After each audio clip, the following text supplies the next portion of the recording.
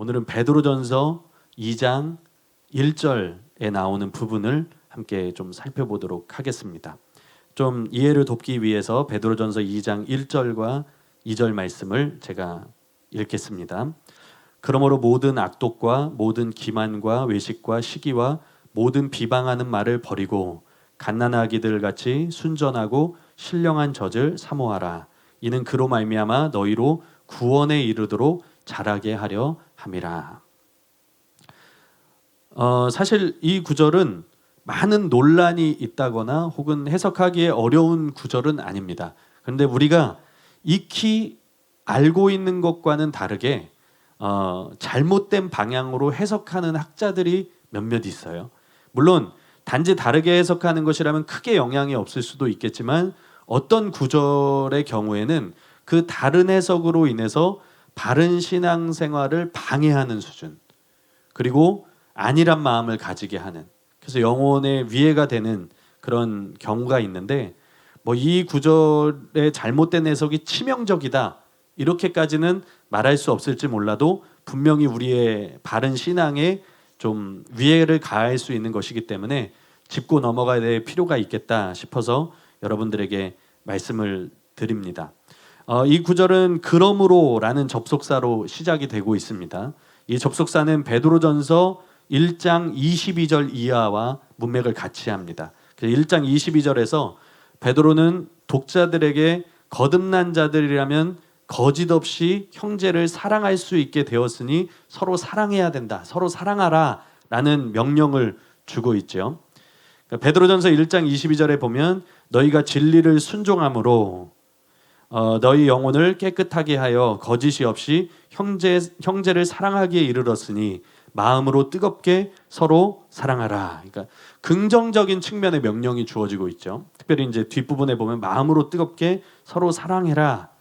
그런데 오늘 우리가 살펴보고자 하는 2장 1절에서는 부정적인 측면들, 그러니까 죄악에 대해서 어떤 태도를 가져야 되는지에 대해서 보여주고 있고, 그것에 대한 명령이 주어지고 있습니다. 곧 모든 악독과 모든 기만과 외식과 시기와 모든 비방하는 말을 버려라, 이렇게 명령하고 있는 겁니다. 명령을 또 수신자들은 받고 있는 것이죠. 죄송합니다.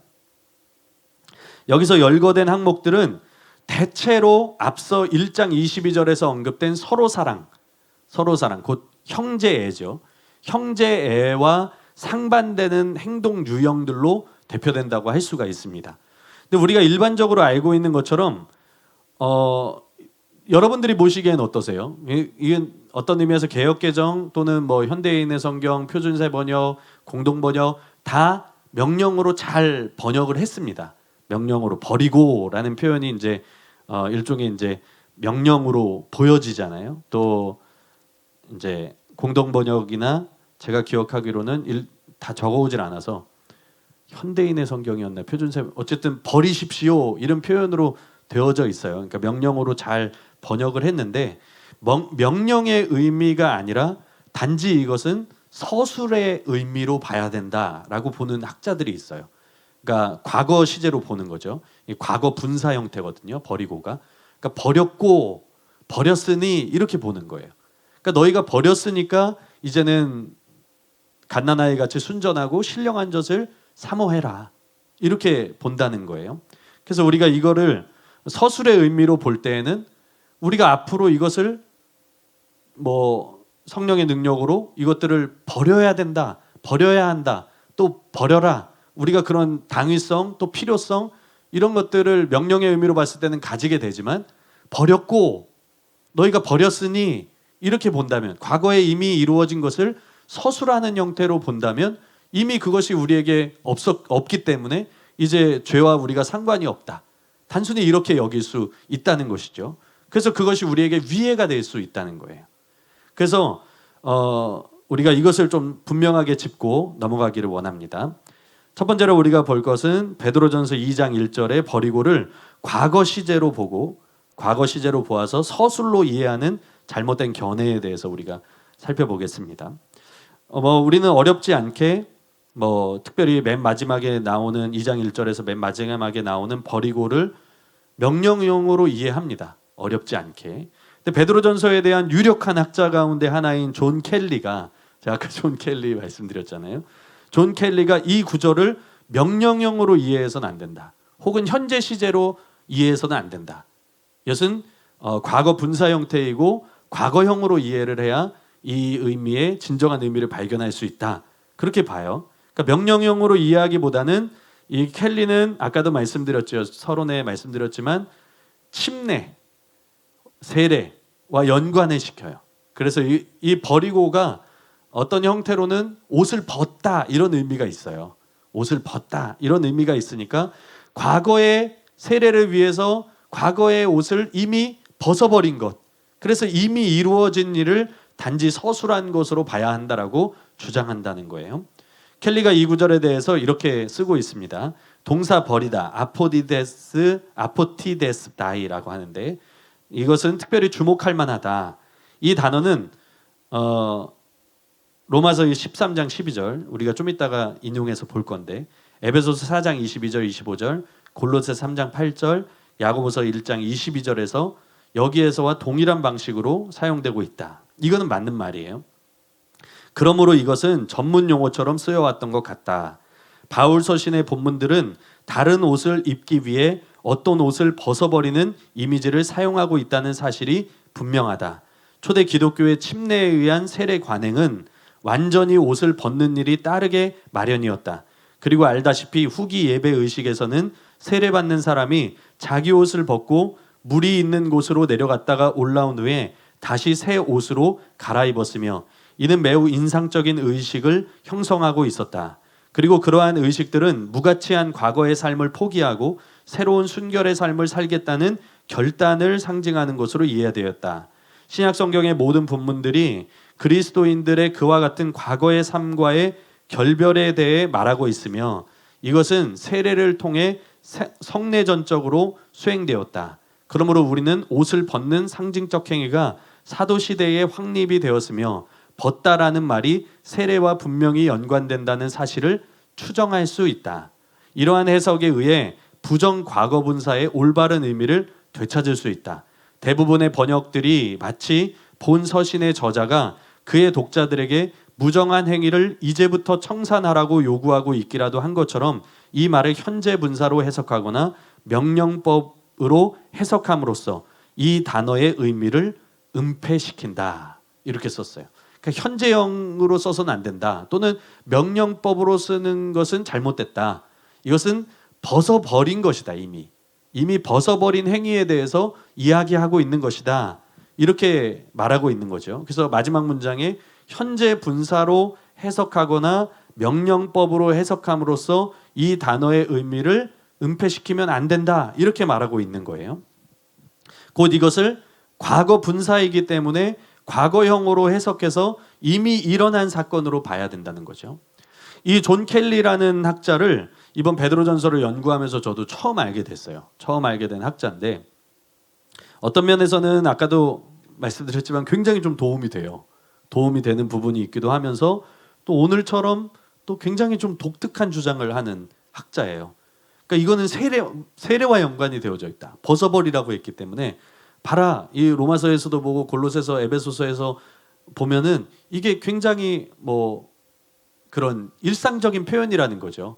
일상적인 표현이고 어떤 동일한 방식으로 쓰여진 경우가 많기 때문에 이건 전문 용어다.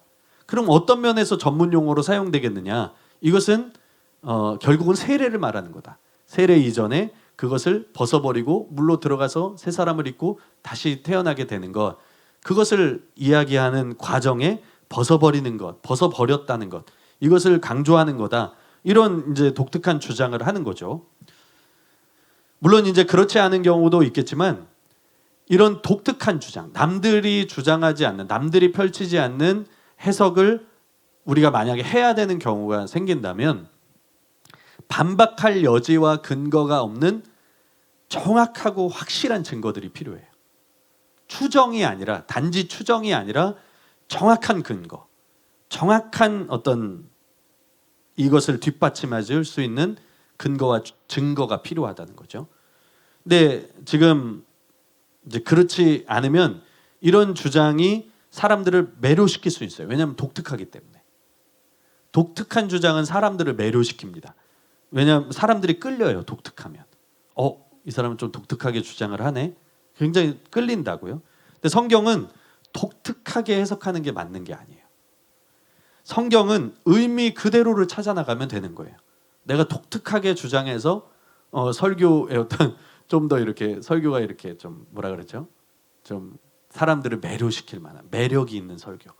이런 걸 하는 게 중요한 게 아니고 정확한 성경의 의미를 찾아내고 그것을 가르쳐 줄 수 있는 거. 이게 필요하다는 거죠. 존 켈리가 이런 해석을 시도하는 이유 중에 하나는 실제로 단어의 원어 형태가 동분사 과거 시제로 되어져 있기 때문이에요.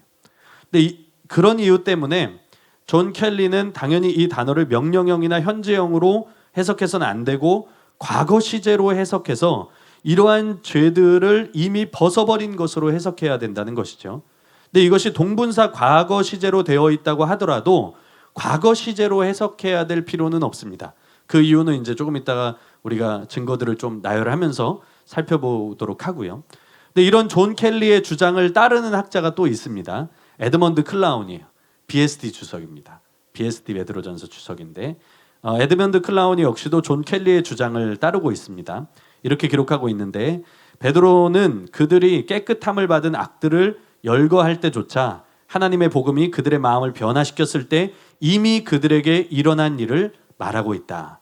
그러므로 모든 악과 모든 기만과 허식과 시기와 모든 비난하는 말을 벗어버리고 그는 그 상황이 이미 어떻게 된 것인지를 서술한다. 진술한다. 그들이 과거에 걸쳤던 더러운 겉옷은 이미 제거되었다. 그들은 그리스도의 복음을 받아들이면서 그것을 벗어버렸다. 후대의 예배의식에서 아마 성경에 나온 그의 말에 따라 세례를 받을 사람들은 물에 들어가기 전에 옷을 벗고 의식이 끝난 후에 새로운 옷을 입었을 것이다. 그러니까 존 켈리의 주장을 따라서 이야기한 거예요. 그래서 이건 벗어버린 거다. 이미 더러운 옷이 이미 제거된 것이다. 에드먼드 클라운이 역시 이것이 이미 일어난 사건이라는 것을 강조해서 그렇게 쓰고 있습니다. 이러한 주장의 위험성은 여기 열거된 죄악들에 대해서 우리가 나는 이런 것들에 대해서 난 믿는 자이기 때문에 이런 것들에 대해서 내가 이미 버려진 것이고 그래서 죄를 가볍게 여기고 내 안에서 다시 일어나고 있는 죄와의 싸움에 대해서 좀 우리가 가볍게 여기고 거듭난 자로서의 책임이죠. 거듭난 자로서의 책임에 대한 이제 가벼운 생각. 그래서 그것을 간과할 수 있다는 거예요.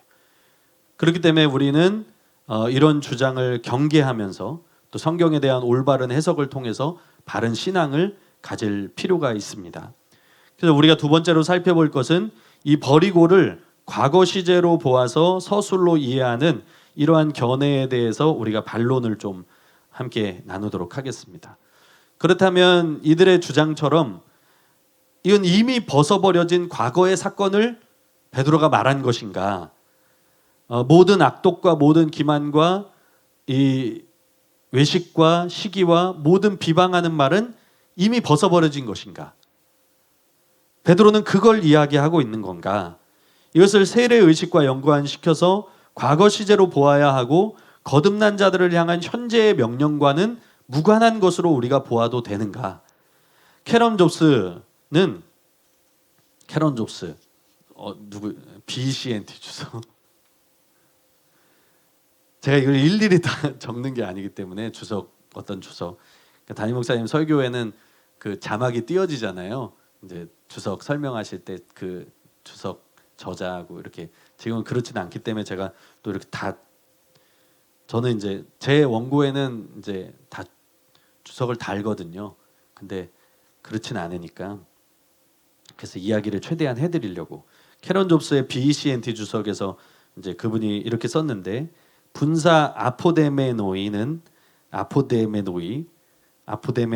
옷을 벗는 것을 가리키는 데 쓰이지만 그렇게 쓰일 수도 있다는 거예요. 그렇게 쓰일 수도 있지만 여기서 세례의복을 벗는다는 말로 볼 필요도 없고 본문이 세례의식의 증거가 아닌 것은 더욱 자명하다. 세례 의식과 관련이 없는 본문이라는 거예요. 그냥 뭐 표현해서 이것을 버리라, 이것을 벗어버리라 라는 표현을 쓸 수는 있지만, 우리가 죄에 대해서 그렇게 말하잖아요. 너희가 죄악을 벗어버려라, 이런 표현을 쓰는 것처럼 단지 베드로가 그렇게 쓴 것뿐이지, 이것을 어떤 뭐 세례 의식과 연관시켜서 그렇게 보는 것은 근거가 없다. 이건 세례 의식의 증거가 아닌 것은 뭐 캐넌 존스는 자명한 것이다. 이것은 그렇게 볼 필요가 없다는 것이죠. 웨인 그루뎀 역시 이 부분에 대해서 존 켈리의 주장을 직접적으로 반박을 합니다. 그리고 다음과 같이 쓰고 있습니다.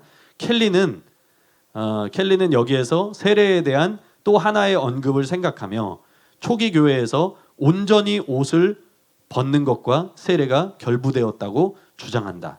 그러나 이 주장에 대한 가장 초기의 증거는 약 주 350년의 것이고, 그 관행이 편만한 것이었다고 말하기에는 불충분한 자료가 있을 따름이다.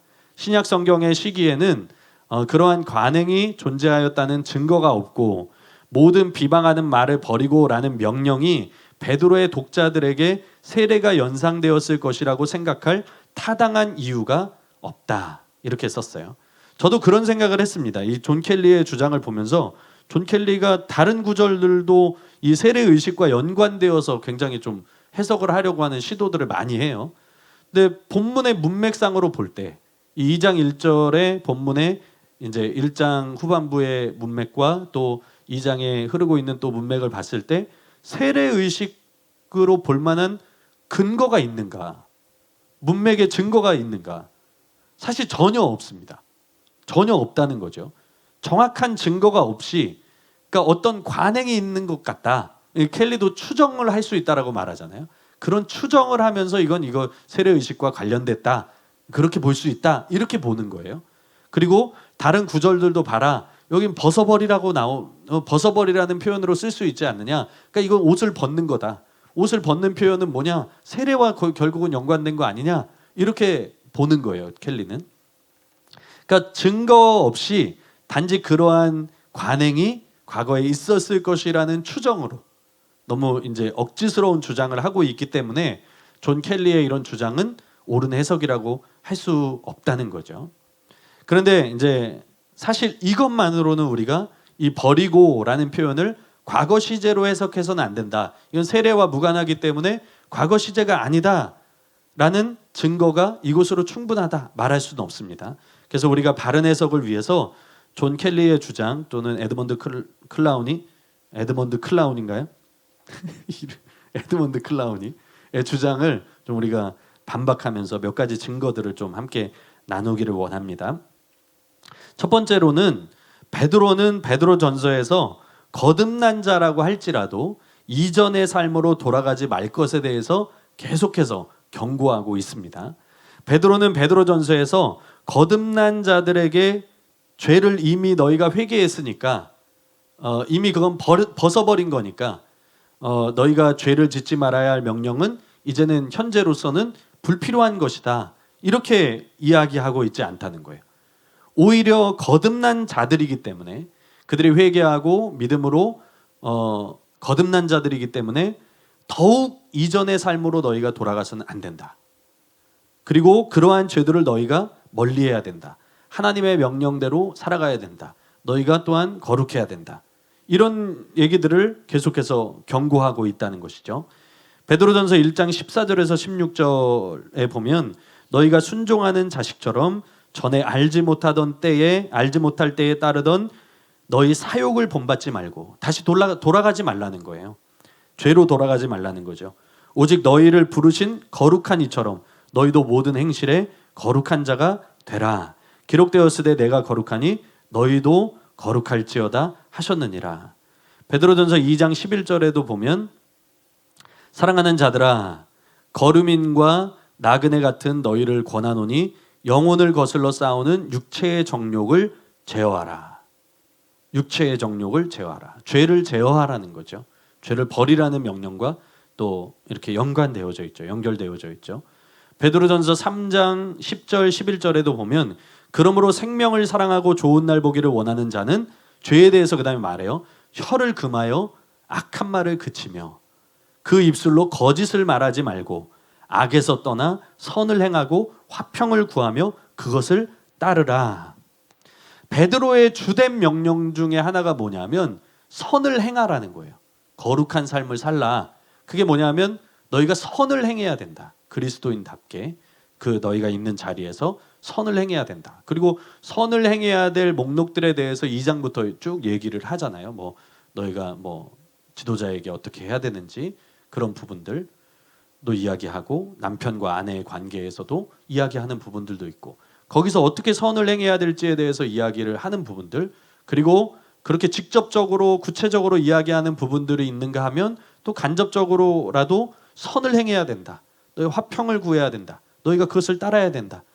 아버지가 거룩하신 것처럼 너희도 거룩해야 된다. 너희가 어떤 삶을 살아야 되는지 알아야 된다. 이런 내용들을 얘기했다는 거죠.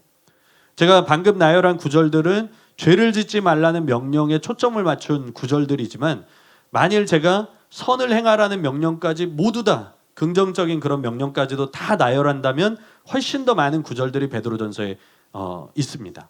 선을 행하라는 명령이 왜 중요합니까? 선을 행하라는 명령과 죄를 짓지 말라는 명령은 서로 별개가 아니기 때문이에요. 서로 깊은 연관성을 가지고 있다는 것이죠. 또 우리가 지난 시간에도 살펴보았고 이제 1장 17절 여러분들과 함께 살펴볼 때 나누겠지만 베드로전서에서 명시적으로 말하고 있는 최후의 심판은 행위 심판입니다. 사람들에게 개별적으로 주어지는 심판은 행위 심판이에요. 곧 그 심판은 우리로 하나님의 말씀대로 살도록 우리를 권면할 뿐만 아니라 명령할 뿐만 아니라 우리가 죄를 짓지 않도록 두려움으로 지내게 한다는 것이죠.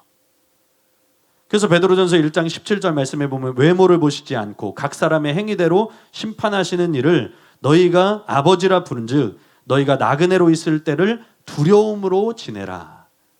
우리가 나그네로 있을 때 이 땅을 살아갈 때잖아요. 그때 우리가 어떻게 지내야 되느냐? 너희가 두려움으로 지내야 된다. 왜냐하면 하나님은 너희 행위대로 심판하실 것이기 때문에. 그러니까 행위 심판입니다. 그 심판은 누구에게나 공평해요. 누구에게나 공평해요. 외모를 보시지 않기 때문에. 외모를 보시지 않다는 것은 어떤 편견이나 편애가 없이 공평하게 각 사람을 그 사람의 행위대로 심판하신다는 거죠. 그 행위가 그 사람의 심판의 근거가 된다는 거예요. 그리고 그 심판의 근거는 어느 때에 있는 거예요? 나그네로 있을 때예요.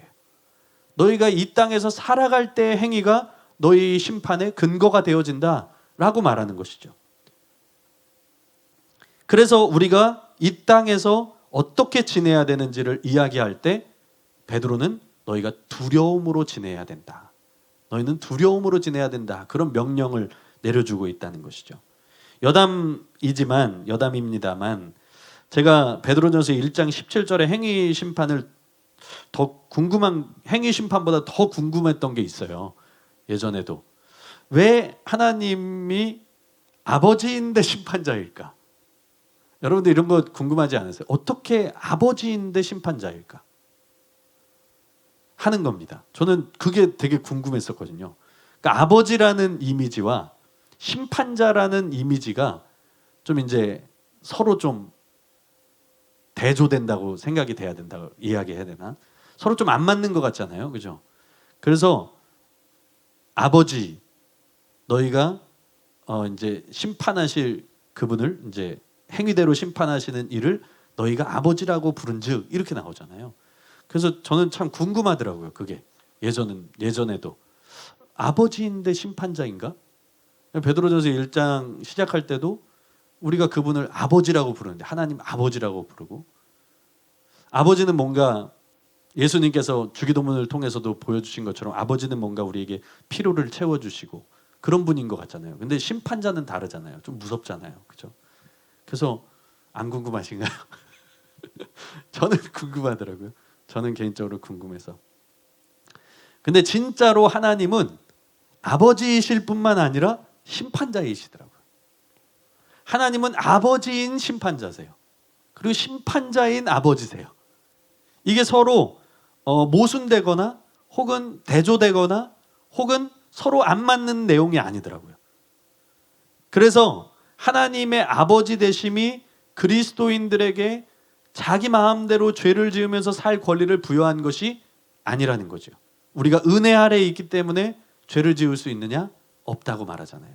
그죠? 그럴 수 없다. 절대로 자기 행위에 대한 책임을 면제받는 것이 아니라는 거죠. 그러니까 우리가 은혜 아래에 있기 때문에 더욱 죄를 짓지 말라는 명령이 합당한 것이고 하나님의 말씀대로 살라는 명령이 더 강력하게 다가오는 겁니다. 그런 의미에서 베드로는 수신자들이 택한 그 새로운 삶을 떠나서 너희가 다시 이전의 삶으로 돌아가는 것은 잘못된 것이니까 그렇게 하지 말아라 명령하고 또 고난 가운데 있는 그들에게 너희가 그렇게 살지 말아야 될 것에 대해서 일종의 경고하고 지난 시간에도 말씀드렸지만 그것을 통해서 격려하고 있다는 거예요. 너희가 이전의 삶으로 돌아가지 않아야 된다. 너희가 선한 삶을 살아야 된다. 왜냐하면 하나님의 심판이 있을 것이기 때문이다. 분명히 하나님은 이 땅을 심판하실 것이고 그 심판은 너희의 행위에 대한 것이기 때문에 너희가 결코 이전의 삶으로 돌아가서는 안 되고 뿐만 아니라 너희가 선한 행위를 행해야 된다. 그러니까 이런 관점에서 볼 때 오늘 베드로전서 2장 1절의 버리고를 단지 과거 시제로 보아서 이미 버려진 것이다. 그래서 어떤 책임을 면제받는 것처럼 그렇게 해석하려는 것은 옳지 않고 거듭난 자로서 필히 버려야 될 죄악들에 대해서 나열하면서 명령으로 보는 것이 더 합당하다는 것이죠. 두 번째로는 동일한 단어를 좀 찾아보면 성경의 용례들을 찾아보면 동일한 단어를 사용하고 있는 성경의 다른 곳에서도 과거 시제가 아니라 이것을 명령형으로 다 이해하고 있다는 거예요. 버리다의 헬라어 동사를 사용하고 있는 성경의 다른 용례들을 통해 보아도 이 존 켈리가 주장하는 것과는 다르게 명령형으로 보아야 합니다. 존 켈리도 이 부분을 언급하긴 했어요. 로마서 13장 12절, 에베소 4장 22절, 25절, 그리고 골로새 3장 8절, 야고보서 1장 21절 이걸 언급하면서 그 존 켈리는 이거 봐라. 이거 관용적인 표현이다. 이것이 관용적인 표현이고 이것이 어떤 무언가를 의미하고 있는 거다. 그래서 이건 세례다. 그런 것을 위해서 이것들을 사용했는데 사실은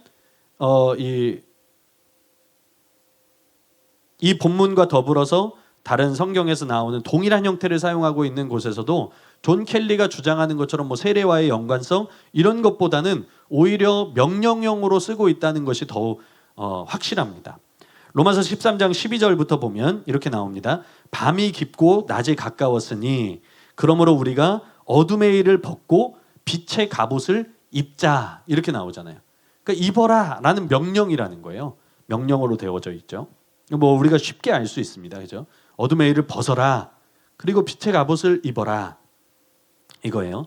베드로전서 4장 22절에도 보면 4장 22절에도 보면 너희는 유혹의 욕심을 따라 썩어져가는 구습을 따르는 옛사람을 벗어버리고 이렇게 나오죠. 뒤이어 나오는 구절을 보면 오직 너희의 심령이 새롭게 되어 하나님을 따라 의와 진리의 거룩함으로 지으심을 받은 새 사람을 입으라 이렇게 나온다는 거예요. 그러니까 구습을 따르는 그 옛사람을 벗어버려라. 그리고 새 사람을 입어라. 이렇게 이야기했다는 것이죠. 명령으로 되어져 있습니다. 에베소서 4장 25절에도 보면 그런즉 거짓을 버리고 각각 이웃과 더불어 참된 것을 말하라. 이렇게 나오죠.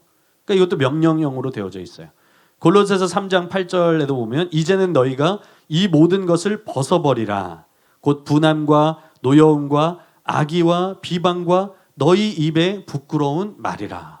이거는 내용 자체도 굉장히 비슷하게 바울이 쓰고 있죠. 골로새서에서 베드로가 이야기했던 것과 분함과 노여움과 악의와 비방과 너희 입에 부끄러운 말을 벗어버려라. 이렇게 얘기하고 있다는 거예요.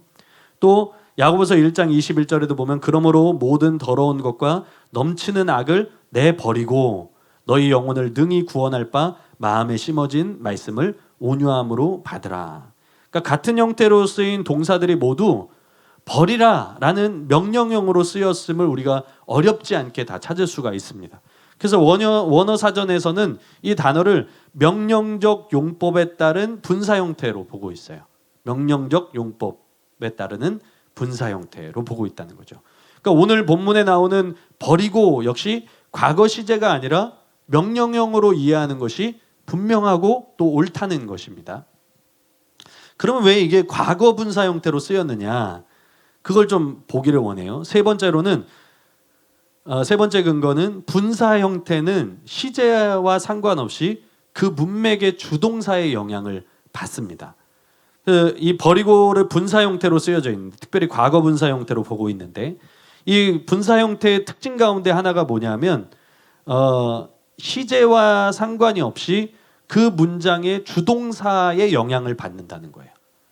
이 분사 형태가. 근데 여기서 버리다라는 분사가 의존하고 있는 같은 문장의 주동사가 어디 있을까요? 그 2절에 사모하라라는 표현이에요. 명령형 동사로 쓰여져 있죠. 2장 2절에 보면 갓난아기들 같이 순전하고 신령한 젖을 사모하라. 이는 그로 말미암아 너희로 구원에 이르도록 자라게 하려 함이라. 신령한 젖을 사모하라. 버리고라는 것은 과거에 이미 일어난 사건을 단시 서술하기 위한 의도라기보다는 앞으로 거듭난 자로서 행해야 될 명령이 주어지고 있는 것이라고 이해하는 것이 훨씬 더 자연스럽다는 것이죠.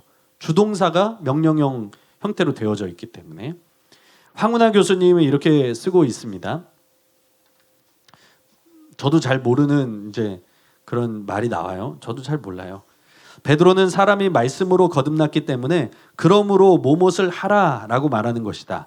1절과 2절의 권면은 버리고와 사모하라라는 말로 정리된다. 1절의 버리고는 아오리스트 분사래요.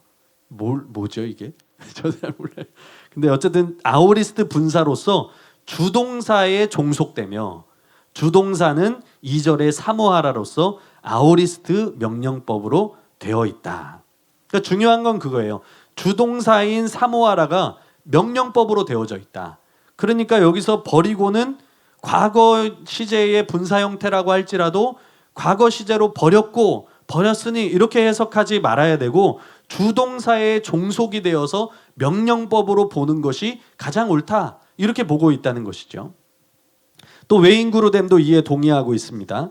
우리는 다른 이들에게 해가 되는 태도와 습관을 버려야 한다. 제거해야 한다. 동일한 동사 아포티테미가 옷을 벗는 것에 대해 사용되기도 하지만 또한 그리스도인들이 그릇된 관행들을 던져버리도록 권면하기 위해서 비유적으로 사용된다. 그러면서 아까 전에 우리가 나열했던 그런 성경들을 다 나열하고 있어요. 그리고 헬라어로는 분사 형태인 동사가 명령법으로 번역되어야 할지 이게 그렇다는 거예요. 분사 형태로서 버리고를 명령법으로 해석을 할 수도 있고 혹은 2절의 사모하라는 그 명령에 의존한 분사로서 번역해야 하는지는 큰 차이가 없다. 두 가지 방법이 있다. 하나는 이거 자체로도 명령법으로 사용되고 있다고 볼 수 있고 두 번째로는 사모하라라는 명령에 의존한 주동사에 의존한 분사 형태로 볼 수도 있다. 그렇게 번역한다 해도 둘이 차이가 없다. 두 경우 명령의 의미가 모두 나타난다. 그러니까 분사 형태인 동사가 명령형으로 쓰였든 아니면 주동사인 사모하라에 의존하는 그 명령법에 의존하는 경우가 됐든 어쨌든 이건 명령의 의미로 보는 것은 변하지 않는 거다. 이건 과거 시제로 보는 것이 옳지 않다. 이렇게 분명하게 말하고 있다는 거예요. 램지 마이클스 역시 이렇게 쓰고 있습니다. 여기서 나오는 분사는 명령법 아피포데 사태, 이것이 이제 사모하라인데 그것에 걸리기 때문에 명령의 의미로 이해되어야 한다. 베드로는 그의 독자들이 일반적인 의미에서 그들의 영혼을 깨끗하게 했다는 것을 전제하지만 그들을 개인적으로 알고 있지 않은 상태에서 그들이 그가 열거하는 구체적인 악덕들을 스스로 제거했다고 말할 수는 없다. 베드로에게 분명한 것은 그들이 그렇게 할 책임을 가지고 있다는 것이다.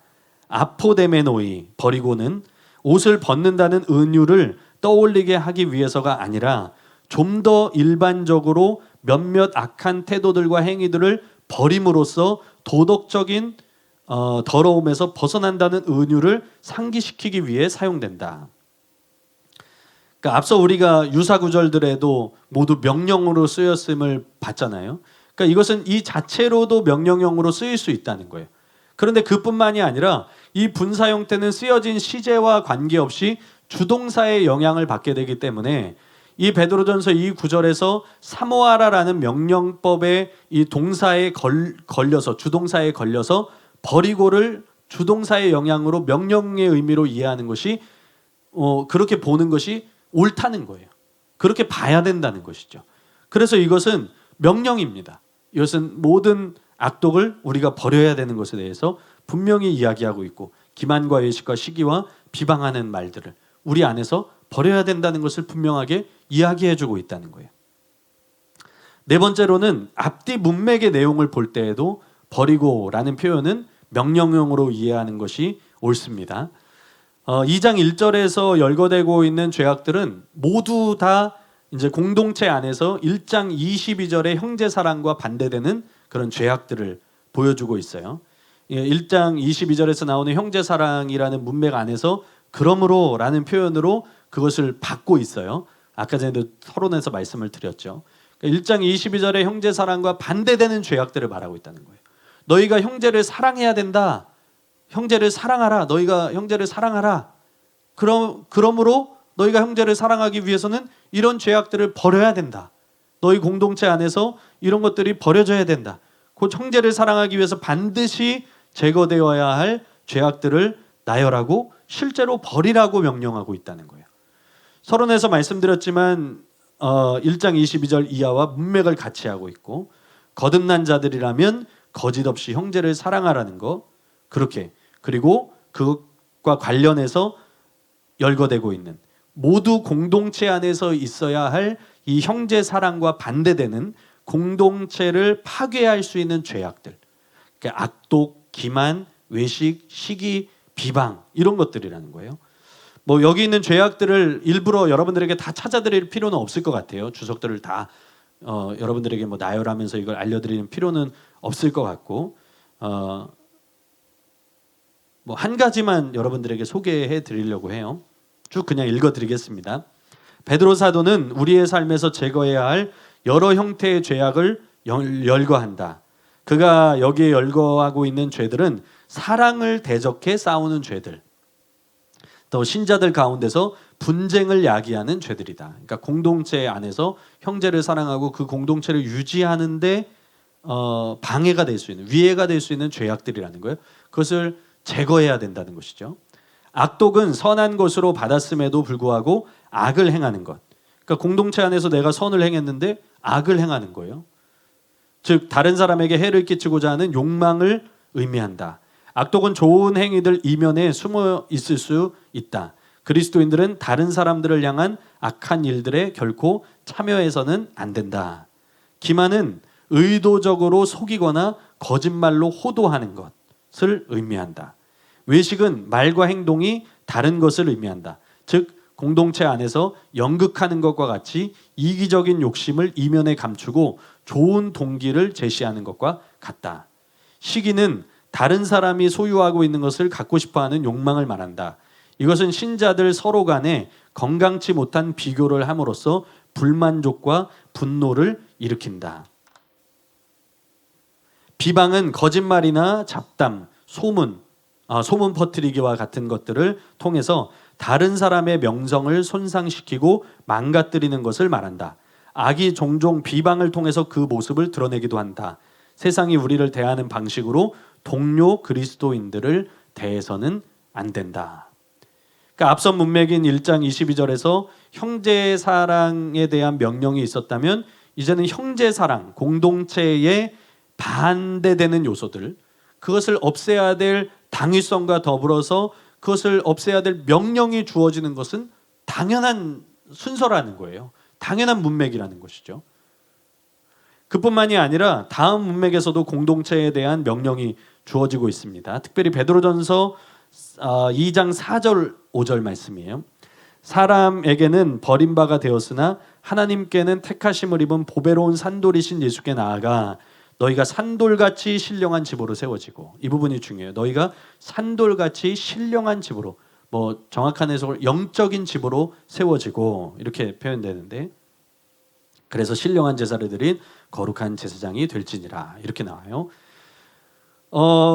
2장 4절 5절에서는 산돌같이 신령한 집으로 세워지라라는 공동체에 대한 명령이 주어집니다. 그러니까 너희가 집으로 세워져야 된다. 오이코스예요. 오이코스는 어떤 관계를 의미하는 경우가 많은데, 물론 건물을 상징할 때도 많지만 공동체에 대한 명령으로 하나님 안에서 하나된, 그러니까 산돌이신 예수 그리스도께 나아가. 그러니까 예수님이 뒷구절에 보면 기초석, 모퉁이 돌이 되어지신다. 그 위에 세워져 가는 거예요. 그러니까 교회는 하나된 하나님 안에서 예수님의 기초로 공동체가 되어서 살아가야 된다라고 하는 것을 명령하고 있다는 것이죠. 그러니까 너희가 세워라, 그걸 세워라 이렇게 말하는 거예요. 이 말씀에서 교회를 건물로 운영하는 것은 하나된 유기체를 상징하는 거예요. 건물은 하나잖아요, 그죠? 여러 개 이제 우리 건물도 벽돌로 안 되어져 있죠. 근데 어쨌든 벽돌을 이렇게 쌓아서 하나의 그 벽돌이 여러 개의 유기체를 형성하면서 하나의 유기체가 되는 거잖아요. 하나의 이제 공동체가 되는 거라는 거죠. 건물을 봤을 때. 그러니까 신자들의 연합과 연대를 강조하는 것이 이 집을 세우라라는 표현이에요. 스캇 맥나이트는 예수님과의 연합을 기초로 이들이 연합해야 되고 공동체가 되어야 된다는 것을 강조합니다. 이렇게 나오는데, 영적인 자양분을 갈망하는 그리스도인들은 영적인 집의 한 부분으로서 함께 만들어져 가야만 한다. 베드로는 신자들에게 영적인 집을 세우라고 권면하는데, 즉 너희도 산돌같이 신령한 집으로 세워지고 라는 것이다. 세워지고는 너희 자신을 세워라로 번역되는 것이 더 낫다. 소아시아의 교회들은 자신들을 산돌에게 연결된, 예수님께 연결된 산돌들로 바라보아야만 하고, 그들이 영적인 집이 될 수 있도록 자신들을 통합해야 한다. 즉 사회적으로 소외당하는 사람들의 단순한 단체가 되는 것 대신에 그들은 자신들의 정체성과 결속력을 산돌에 대한 영적인 관계에서 발견해야 한다. 예수님을 기초로 그들이 어떤 공동체를 세워나가야 되는지를 발견해야 된다는 표현을 이렇게 썼다는 거예요. 베드로는 예수님과의 연합의 기초 위에 공동체가 연합되어야 그 정체성을 이룰 수 있게 된다는 것을 강조했다는 겁니다. 그래서 스캇 맥나이트는 이어서 산돌에 대한 베드로의 독자들의 영적인 연결은 그들이 짓고 있는 영적인 집의 기초가 된다, 이렇게 말했어요. 그러니까 예수님을 기초로 서로 영적으로 연결되어야 된다, 유기체가 돼야 된다, 이렇게 보는 거죠. 그러니까 베드로는 공동체의 한 부분으로 서로 연합되어져야 한다는 것을 또한 이야기하면서 이제 그 전에 공동체에서 버려야 될 죄악들을 강조한 것이라는, 개인이 버려야 될 공동체를 위해서. 또 존 스토트 책은 이제 제자도라는 책인데요. 거기서 동의하면서 이렇게 쓰고 있습니다. 우리는 어떻게 하나님의 백성의 구성원이 되는가? 4절을 보라. 사람에게는 버림받았으나 하나님이 보시기에는 보배로운 예수께 나아가, 즉 산돌이신 예수 그리스도께로 나아가 신령한 집을 세워야 한다. 이 모든 것이 함의하는 바가 무엇인가? 그것은 분명 우리가 서로에게 속해 있다는 것이다. 아기들이 자라기 위해서 젖이 필요하다면 돌을 서로 붙이기 위해서는 모르타르가 필요하다. 건물을 상상해 보라. 돌들은 다른 돌들과 시멘트로 연결되어 건물의 일부가 된다. 공중에 걸려있는 돌은 없다. 모든 돌이 건물에 속해 있으며 건물에서 떨어져 나올 수 없다. 이렇게 썼어요. 그러니까 1장 22절에서 공동체를 세우기 위해 가장 기본이 되는 형제 사랑을 말하고, 그 뒤에 2장 1절에서 다시 공동체를 파괴할 수 있는 죄악들에 대해서 너희가 이 사랑을 위해서 이것들을 버려야 된다라고 하는 것에 대해서 명령하고, 그 뒤에 예수님과 연합된과 같이 공동체의 연합을 이야기하는 것. 문맥상으로 충분히 이렇게 흘러가고 있다는 것이죠. 그렇기 때문에 여기서 언급된 죄들은 이미 버려진 것으로만 간주해서는 안 되고, 이것을 형제 사랑을 위해서 또 공동체의 연합을 위해서 반드시 버려야 될 그런 죄악들에 대해서 열거하고 명령한 것이라고 보는 것이 가장 옳다는 것입니다.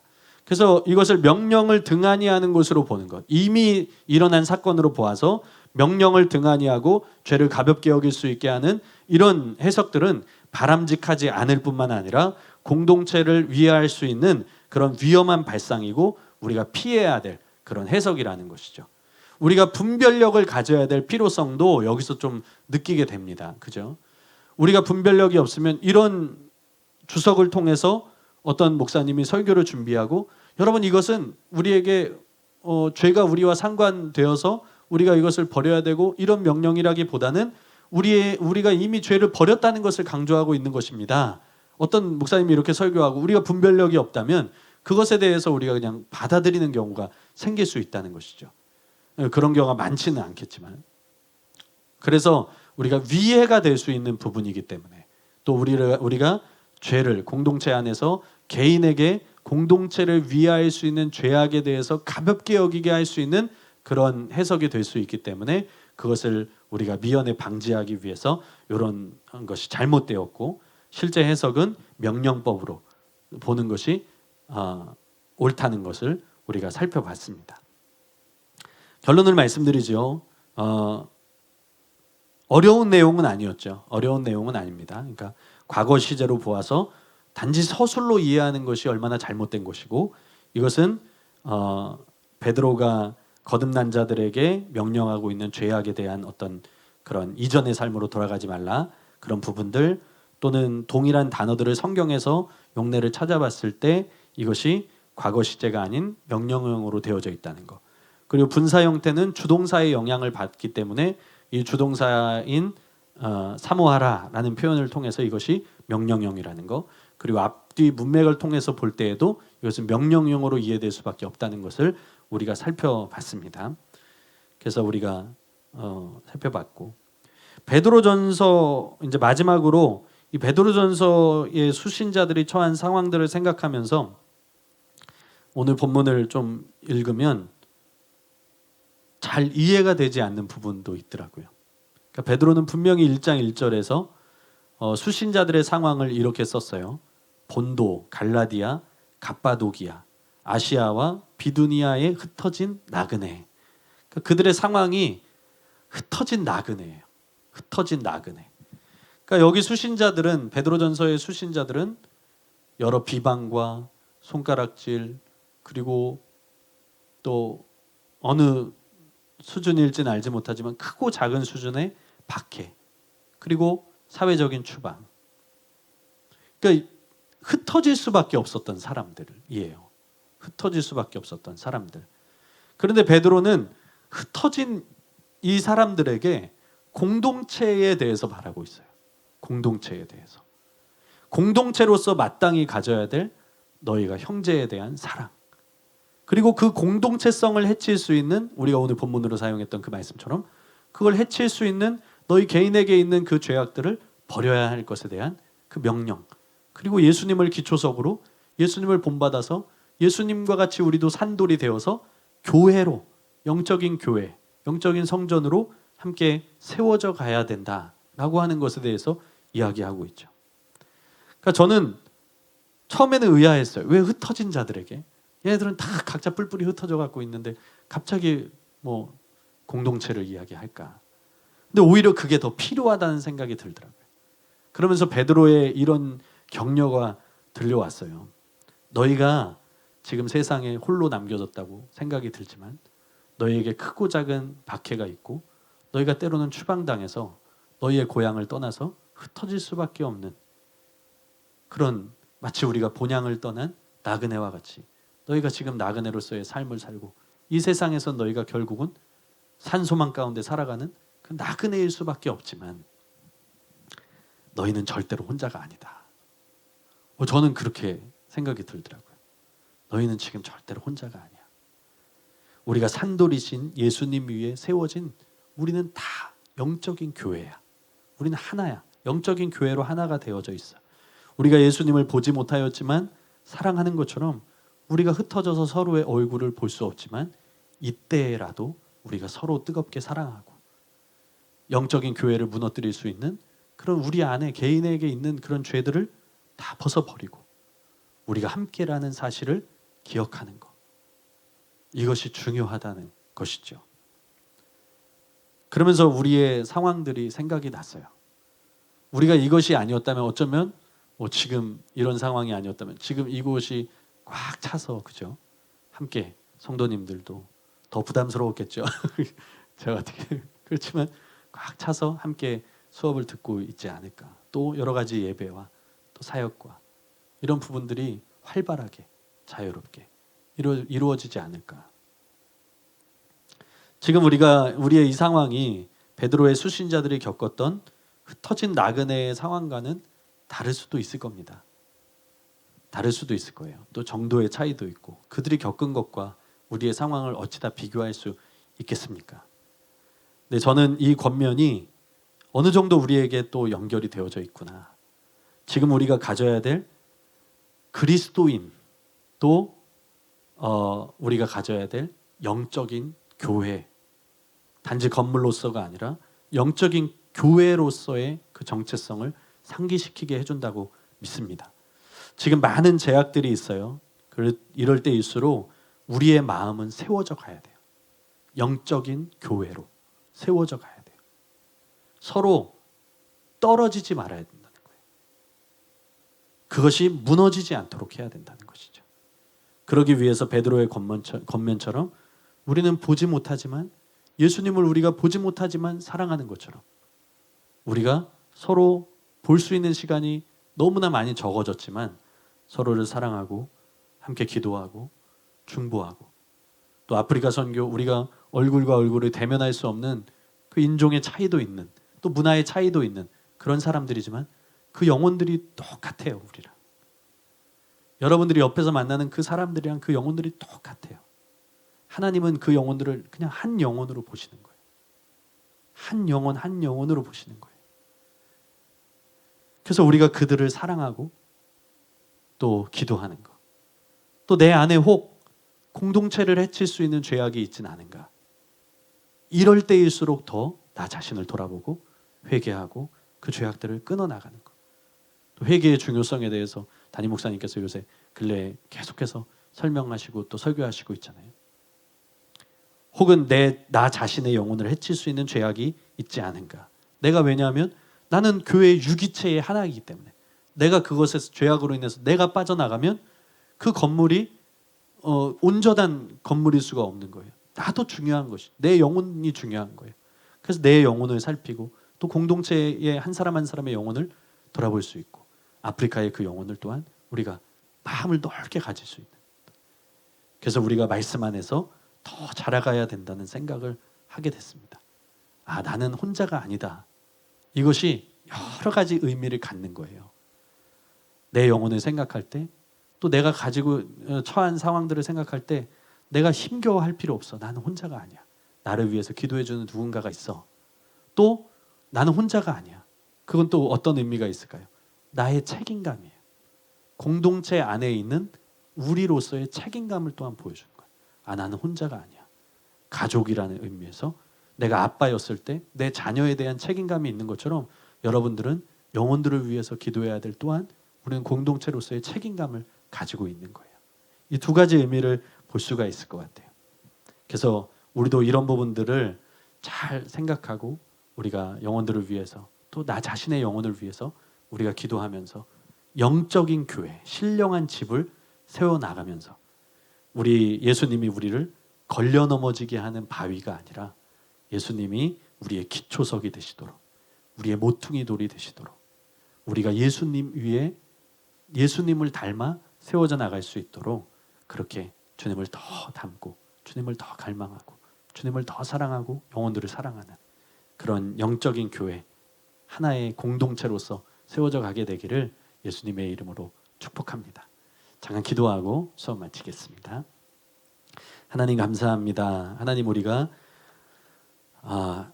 하나임을 인식하는 하나님의 나라의 그 흐름을 따라서 하나임을 인식하는 자들이 되게 하여 주시옵소서. 하나님 우리 안에 있는 죄악들을 버리게 하시고 잘못된 가르침들로 인해서 혹 우리가 이것을 버려야 될 것에 대해서 안일한 마음을 품지 않게 하시고 하나님 우리가 항상 나 자신을 돌아보고 그리스도의 마음을 품을 뿐만 아니라 또한 우리가 죄악 가운데 있지 않은지 그 죄로 인해서 내가 흔들리고 있지는 않은지 이전의 삶으로 내가 돌아가려는 잘못된 방향을 가지고 있지는 않은지 우리가 매 순간 나 자신을 돌아보고 하나님 우리의 영혼이 주님을 닮아가고 죄에 대해서는 우리가 심각하게 여길 줄 아는 그런 하나님의 사람들이 되게 하여 주시옵소서. 그리고 더욱더 우리가 영혼들을 사랑하는 마음을 가지고 이 공동체를 세워나갈 수 있도록 하나님께서 함께하여 주시옵소서. 이 시기 너무나도 우리가 모이기 힘들고 어려운 시기이지만 하나님, 우리가 영적인 교회로 서로 함께 기도하고 그렇게 영적으로 함께 모이며 기도하고 예배하고 말씀으로 자라나갈 수 있는 하나님, 그런 시간이 될 수 있도록 우리에게 게으른 마음을 제거하시고 열심과 주님을 향한 열정을 부어 주시옵소서. 감사합니다. 주님 사랑합니다. 예수님의 이름으로 기도합니다. 아멘. 감사합니다. 수업 마쳤습니다.